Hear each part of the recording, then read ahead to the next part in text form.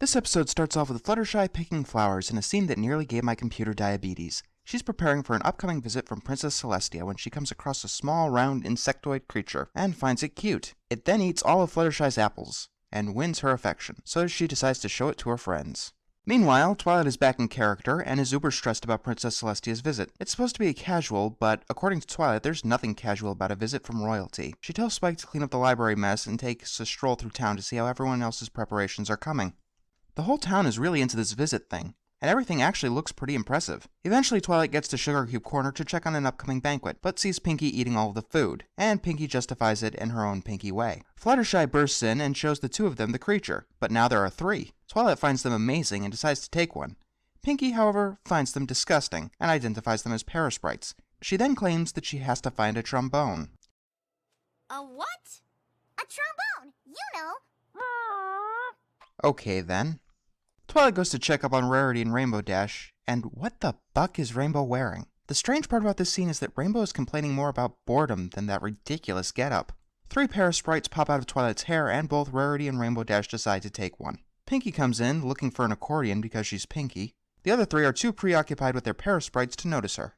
Later that night, everything is sparkly clean, so Twilight finally decides to get some sleep.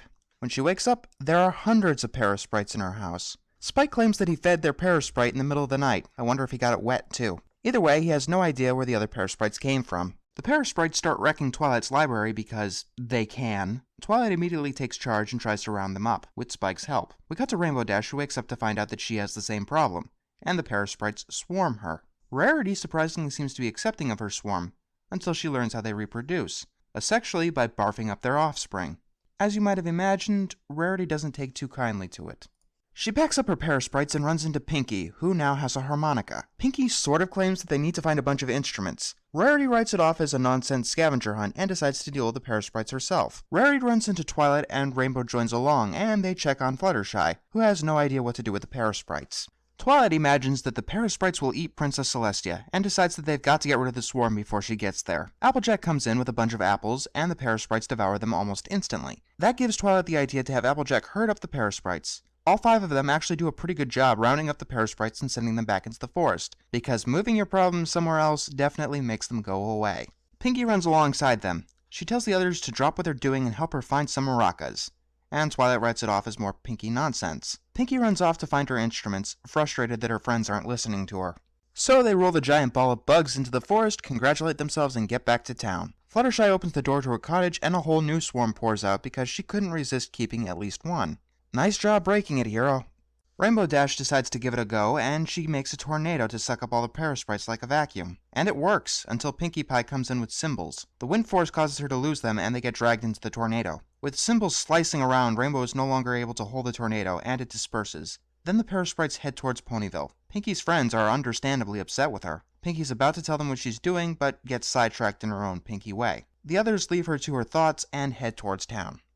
The townsponies see the parasprites and seem intrigued by them, until the dramatic music starts and they start eating everything, including some cake that causes Lyra to cry. Damn, must have been some good cake. They eat pretty much all of the food in town, and Applejack realizes that she needs to protect her crop.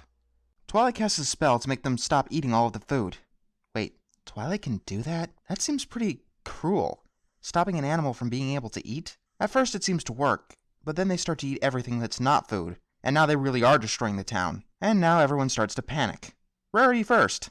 She checks her store, and the parasprites are eating everything. Pinkie comes in to save the day, steals a recorder, and then leaves.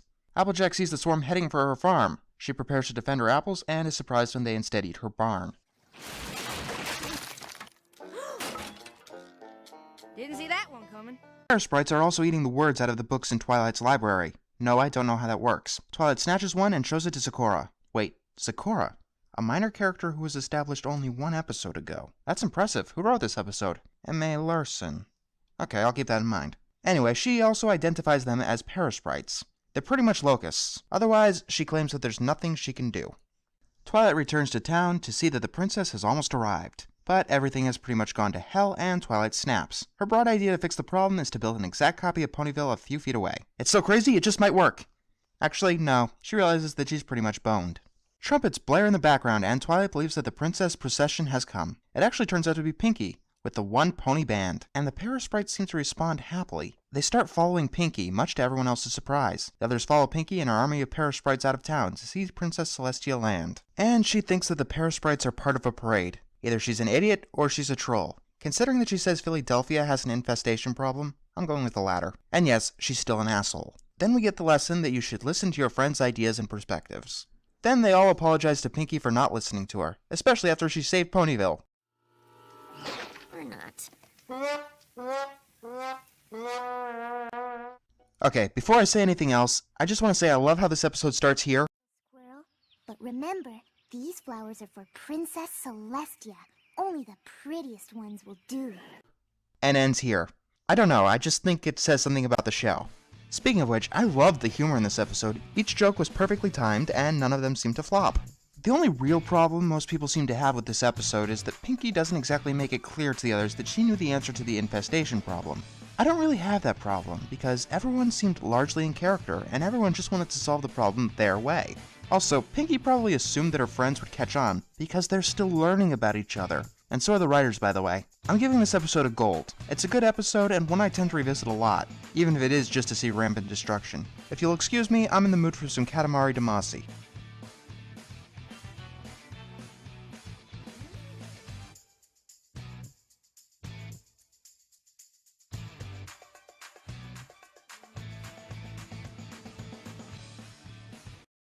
I collect spores, molds, and fungus.